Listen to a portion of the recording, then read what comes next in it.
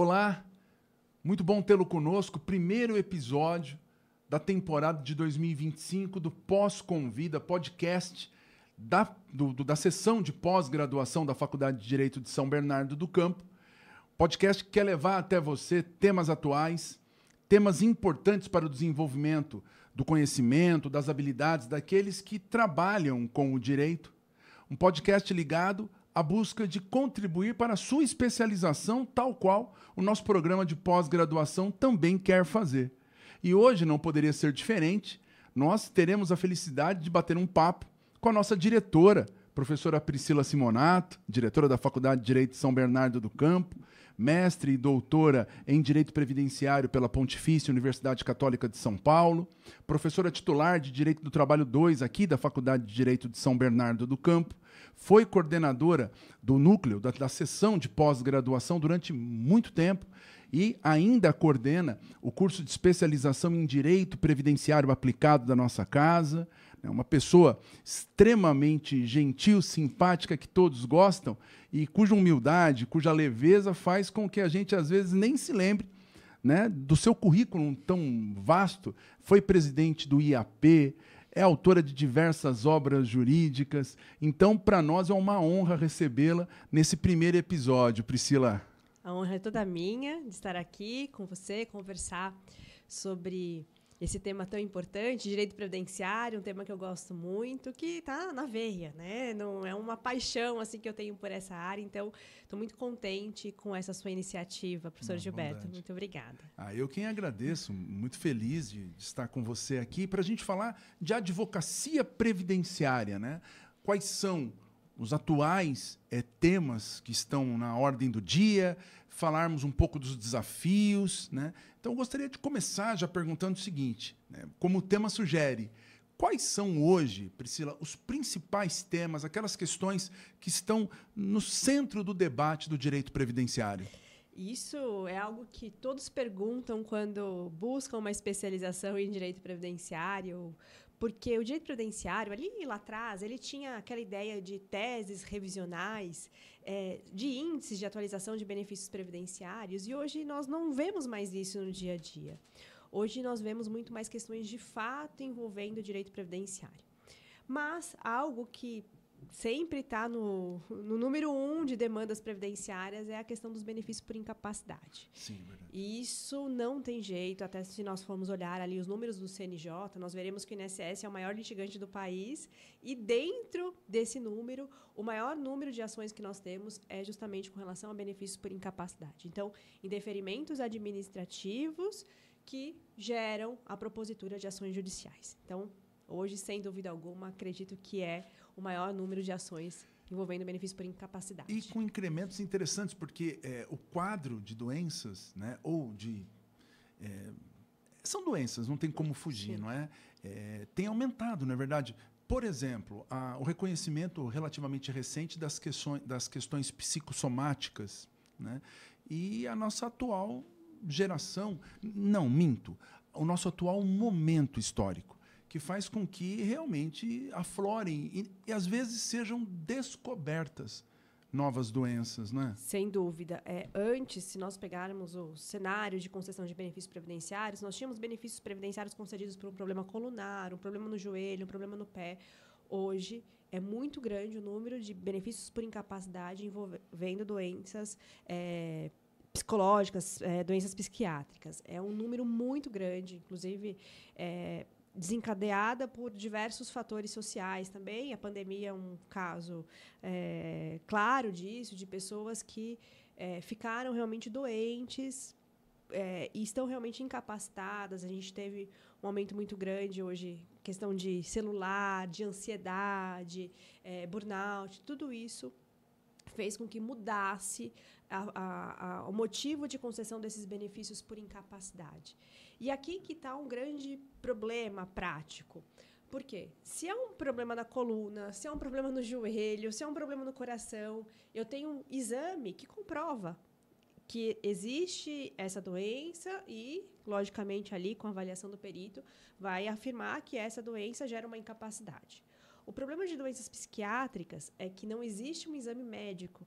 E quem tem uma doença psiquiátrica ou já passou, conviveu com alguém que tem uma doença psiquiátrica, sabe da dificuldade que se tem para fechar um diagnóstico. Não é numa primeira consulta médica que você vai ter um diagnóstico feito. Demanda, muitas vezes, muitas consultas, muito contato do médico com aquele paciente.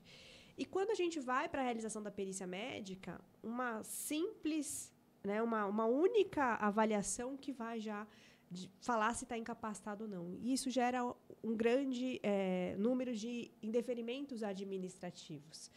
E acaba indo essa demanda para o Poder Judiciário.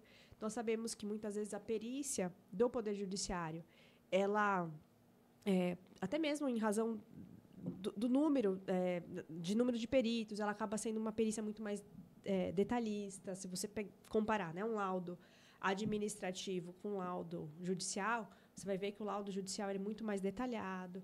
Então, por isso que acaba aumentando muito o número de ações. Até eu vi recentemente uma notícia sobre as bets, dizendo Sim. que o aumento das bets fez também com que houvesse um aumento da concessão de benefícios previdenciários por doenças psiquiátricas. Olha que interessante isso. E realmente preocupante, porque mostra que nós estamos falando de um assunto que toca, né, a questão do vício e os seus desdobramentos. Né? Exatamente. Então, hoje, a advocacia previdenciária, aqui falando de advocacia previdenciária, digo que mudou muito a forma de advogar no direito previdenciário. Porque se antes você tinha aquelas ações, dizia ali, né, prontas, aqueles modelos prontos, que você não precisava fazer grandes ajustes na sua petição inicial, hoje não. Eu falo que hoje a advocacia previdenciária é uma advocacia artesanal. Cada ação é uma única ação. Não tem essa. Quando o aluno chega, pede para mim, professora, você tem um modelo de petição para me entregar? Eu falei, olha, eu até tenho um modelo, mas assim, o que eu te entregar não vai satisfazer completamente. Não, né? não vai. No meu escritório, eu não consigo usar a mesma petição para todos os casos, porque você precisa olhar, fazer os ajustes. Falando de benefício por incapacidade, não é só falar da doença, você precisa falar por que aquela doença gera incapacidade. Então, você tem que deixar muito claro isso na sua petição inicial. Por isso que eu falo que hoje a advocacia é uma advocacia artesanal. Cada caso é um caso, não tem jeito. E mostra o diálogo realmente que o direito impõe no que se refere a todos os seus ramos, né? Porque, por exemplo, quando nós falamos em doenças por incapacidade, vem à mente, de um modo inafastável, a realidade do meio ambiente do trabalho. Uhum. Né? Então, as condições laborais gerando novas doenças também, muitas delas psiquiátricas, e que vão ensejar a necessidade do profissional do direito previdenciário compreender tudo isso, não é verdade? Sem dúvida alguma. Eu falo que, por mais que não sejam as mesmas matérias, não tem como nós falarmos de direito previdenciário sem conhecer o direito do trabalho. A justiça social tem como base o primado do trabalho, né? Sem Já dúvida. Começa ali pelo trabalho. Então, o meio ambiente impacta nas questões previdenciárias. Um exemplo aqui, a questão do teletrabalho, do home office. Não é? Hoje, como que nós vamos afirmar que aquela doença foi em decorrência do trabalho se a pessoa está trabalhando em casa? Qual que é o cuidado que nós temos que ter, então, para comprovar que aquela doença é uma doença acidentária e que vai gerar a concessão de um benefício acidentário?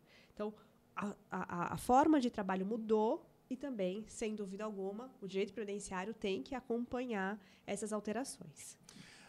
No caso de produção de prova, pensando na produção de prova, qual a importância que você vê para o auxílio de um assistente técnico, por exemplo? Né? Importantíssimo. Também... Importantíssimo a questão do assistente técnico, porque nós estamos aqui lidando com provas, então, provas médicas, ou se nós irmos para aposentadoria especial também, nós estamos lidando com o meio ambiente de trabalho, pensando ou no médico do trabalho ou no engenheiro do trabalho. Por mais que nós, para fazermos uma petição inicial, para fazermos uma manifestação de laudo, nós vamos, pesquisamos, enfim, nada como ter um profissional especialista naquele assunto. Muitas vezes, nós nos deparamos com alguma doença e que nós não sabemos qual que é a consequência daquela doença. Quem vai poder trazer qual que é a repercussão daquela doença, o que aquela doença gera de incapacidade, é tão somente o médico especialista naquele assunto. Então, por isso a importância de ter um assistente técnico. Porque só ele que vai ter a capacidade técnica de rebater aquilo que está dentro do laudo pericial. Quando nós olhamos um laudo pericial, nós conseguimos rebater aquele laudo pericial desde que nós estejamos olhando os aspectos jurídicos do laudo, do que precisava ter no laudo e não tem, enfim.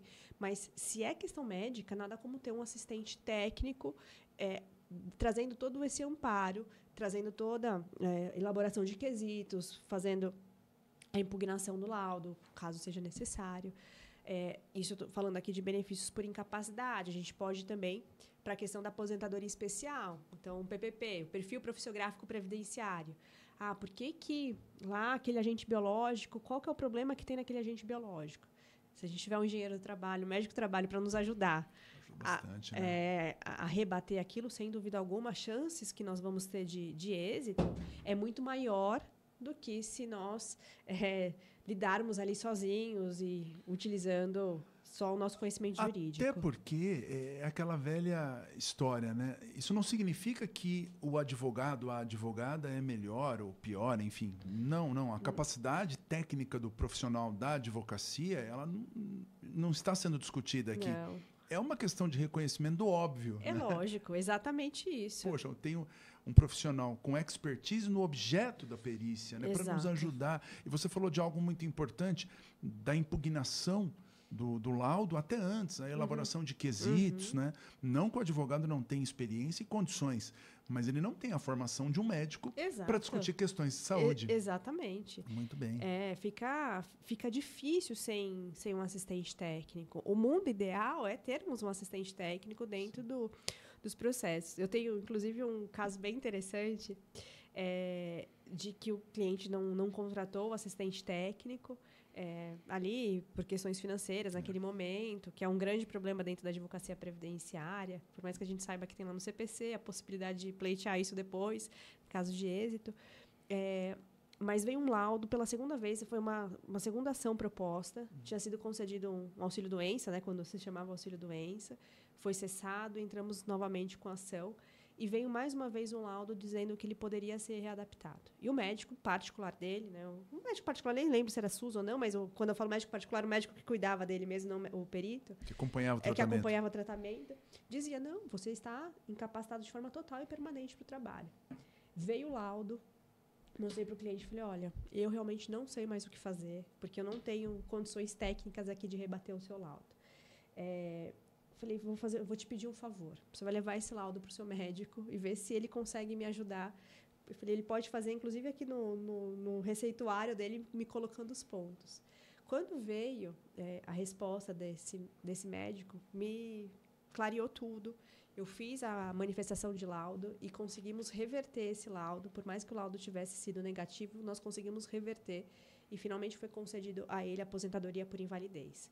Então, eu sozinha não conseguiria fazer aquela impugnação porque eu não tinha aquele conhecimento técnico. Eu precisei de um médico, então, para me ajudar a apontar o que estava errado dentro daquele laudo pericial.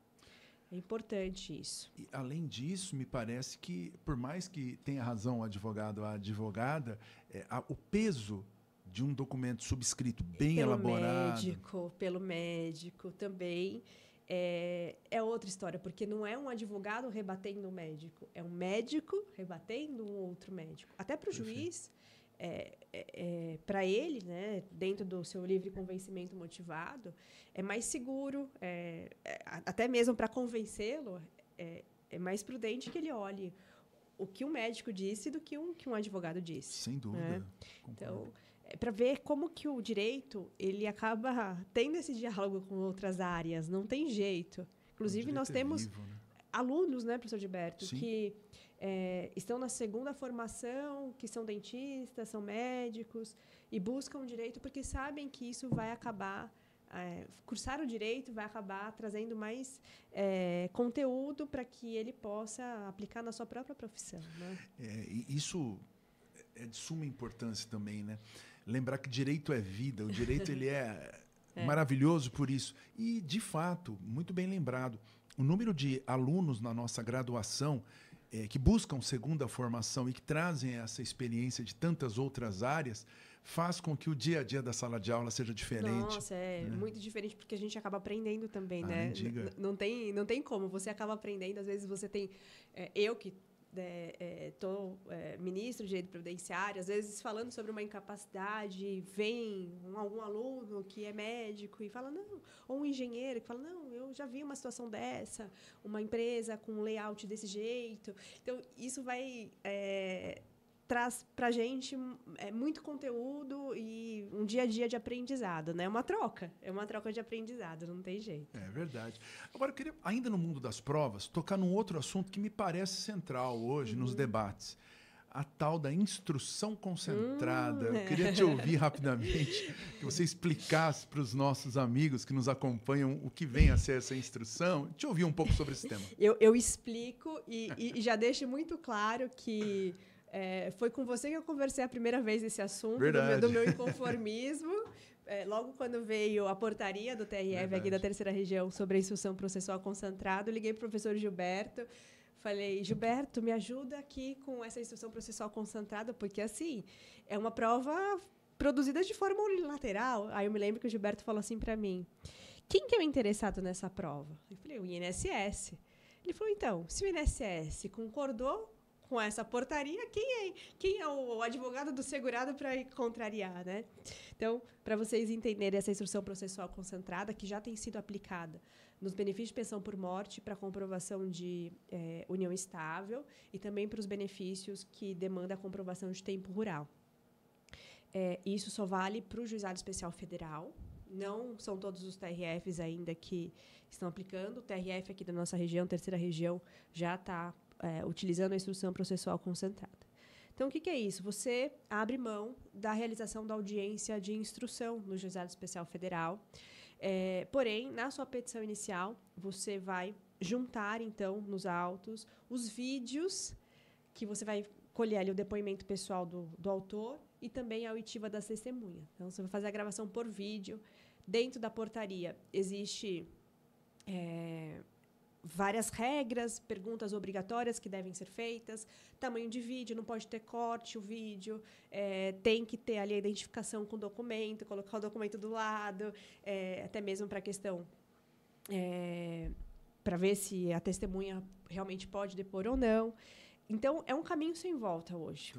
É um caminho sem volta. Recentemente, inclusive, eu participei, teve um evento no TRF da Terceira Região só sobre isso, professor Gilberto, só sobre instrução processual concentrada.